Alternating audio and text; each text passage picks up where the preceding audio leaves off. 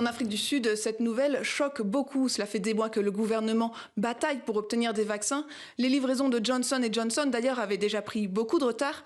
Et on apprend maintenant, alors que le pays sort d'une troisième vague de Covid meurtrière, que pendant tout ce temps-là, des millions de doses étaient exportées vers l'Europe.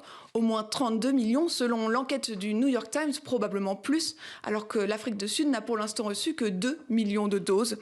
Pour reprendre les mots de Glenda Gray, une scientifique sud-africaine qui a participé à l'organisation des essais cliniques du vaccin, c'est un peu comme si un pays produisait de la nourriture pour le monde entier et qu'il voyait cette nourriture exportée vers des pays plus riches alors que sa population meurt de faim. Alors pourquoi l'Afrique du Sud n'est pas prioritaire? Eh bien à cause de contrats très désavantageux. Pour obtenir que les vaccins soient fabriqués sur le sol sud-africain, ce qui est quand même, je le rappelle, une première sur le continent, le pays a dû renoncer à son droit d'obtenir qu'une part de la production lui soit allouée.